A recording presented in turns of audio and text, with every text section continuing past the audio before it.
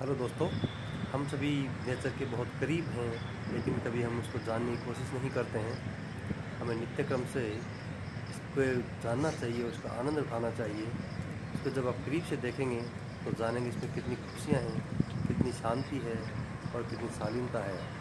इससे हमारे जीवन को बहुत सारे लाभ मिलते हैं। हमें इसको मेंटेन करना चाहिए। आज हम यह शपथ लेते हैं। Thank you. Bye bye.